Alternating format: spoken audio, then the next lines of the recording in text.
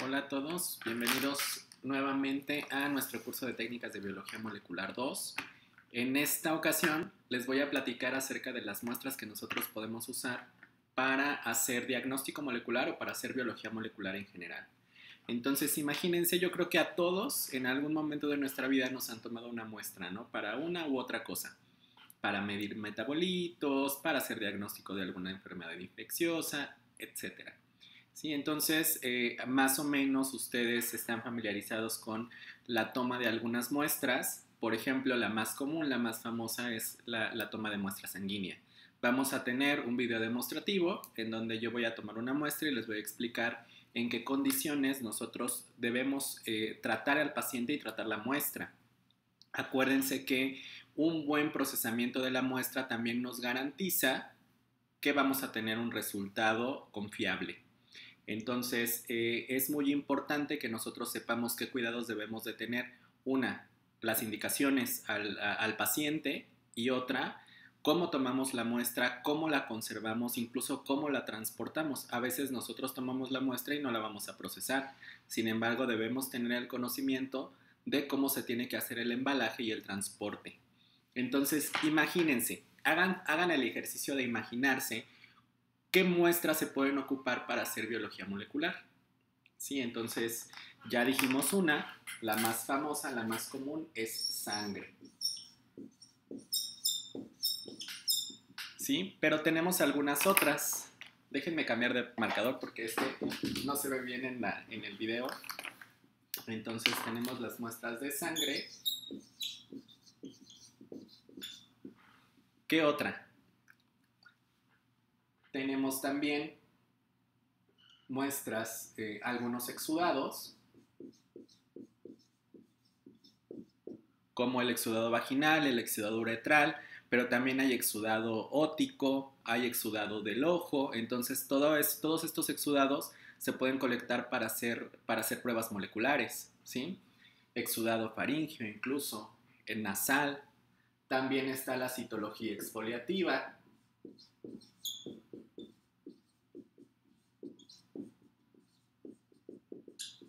¿Sí? En la citología exfoliativa lo que nosotros buscamos es arrastrar células, ¿sí? Por ejemplo, en el cérvix, cuando se hace el Papa Nicolau, ese es un ejemplo de una citología exfoliativa. En realidad el Papa Nicolau, ustedes saben que es una tinción.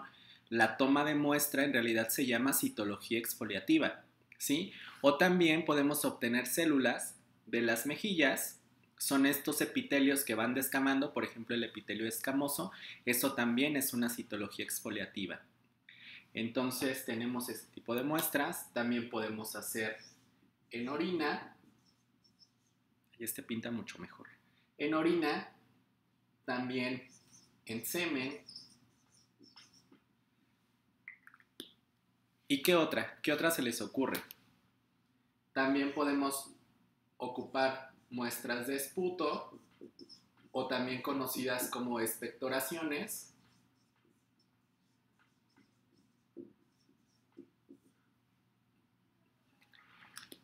Que es la flema, ¿no? Es cuando una persona tiene flemas, y también se ocupan en diagnóstico molecular, sobre todo para el diagnóstico de Mycobacterium tuberculosis. Entonces, hay muchas muestras. En el caso de la sangre, nos vamos a concentrar un poquito más. Generalmente todas estas muestras a partir de exudados se ocupan más para el diagnóstico molecular de enfermedades infecciosas. Sí, en sangre podemos ver algunas otras cosas. Sí, entonces vamos a platicar un poco de la sangre. ¿Qué tipo de sangre nosotros podemos obtener?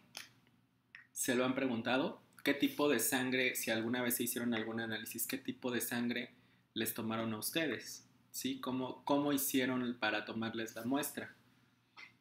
En cuanto a la sangre, podemos obtener sangre venosa, podemos obtener sangre arterial,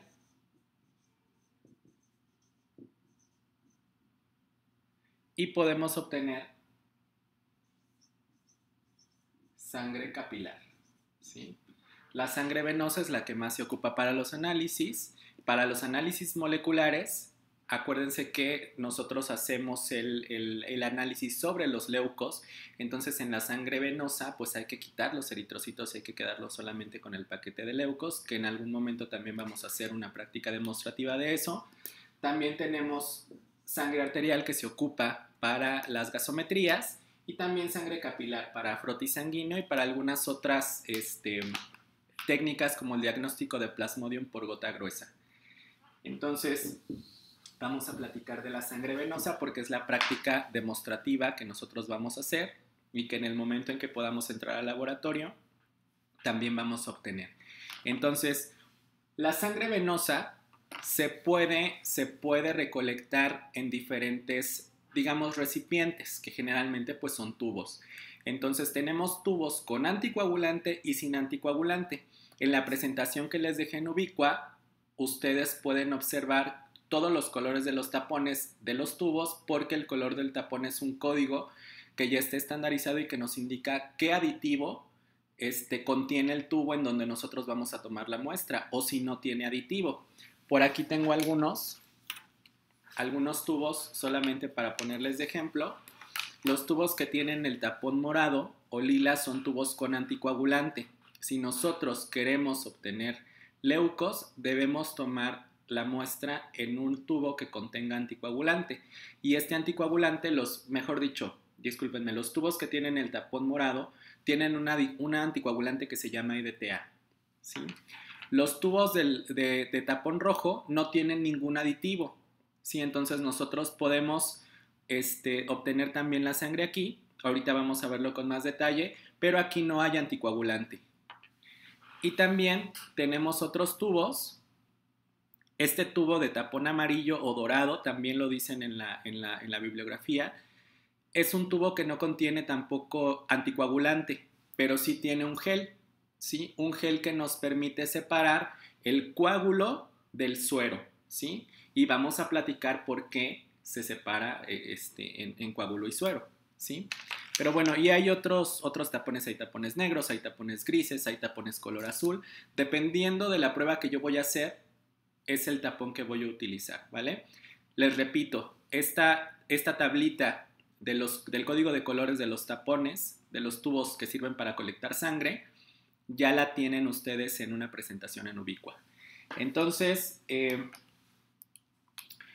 si nosotros tomamos sangre venosa y la ponemos en un tubo con anticoagulante,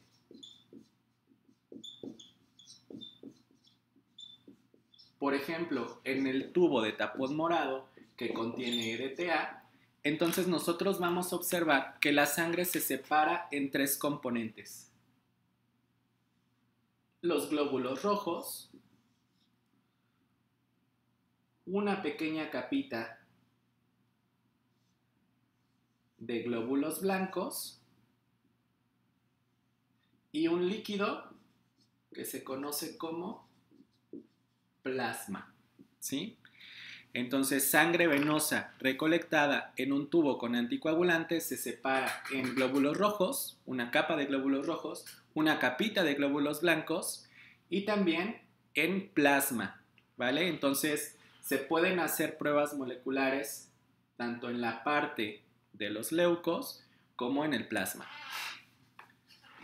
Si nosotros colectamos sangre venosa en un tubo sin anticoagulante, discúlpenme, sin anticoagulante,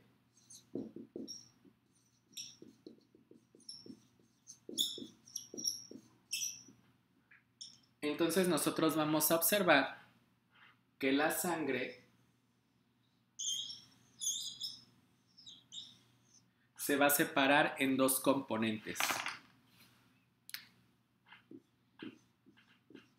El coágulo y el suero. Entonces, como pregunta, ¿cuáles son las diferencias entre el suero y el plasma?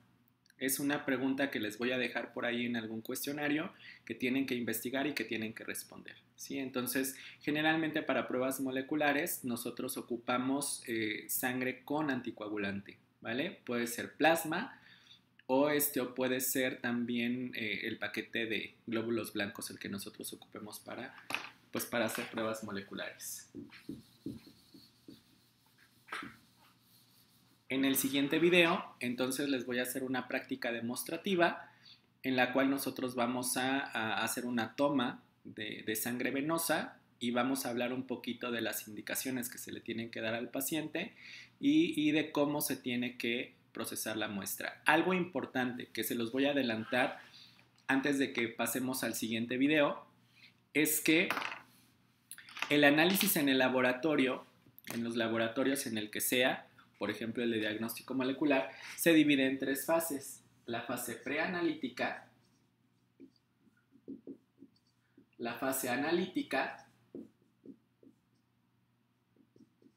y la postanalítica. Y debemos tener cuidado en todas estas fases porque en todas se pueden cometer errores, ¿sí?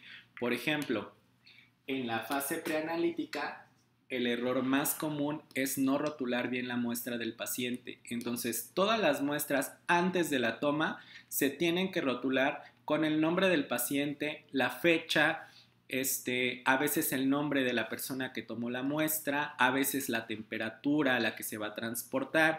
Bueno, hay diferentes tipos de etiquetado de acuerdo en el lugar en donde estemos tomando la muestra. Yo también en la presentación que les dejo en Ubicua les pongo una diapositiva en donde hay algunos aspectos que se tienen que llenar en el etiquetado de las muestras, pero lo más importante es que siempre se debe de identificar correctamente el paciente. A veces es el nombre, pero a veces es un código. Entonces, si nosotros no rotulamos bien la muestra, desde allí estamos cometiendo un error gravísimo, ¿vale? Ustedes van a investigar también a qué se refiere la parte analítica y la postanalítica y qué otros aspectos comprende la fase preanalítica. Discúlpenme, aquí me fue un error de dedo. Preanalítica. Ahí está.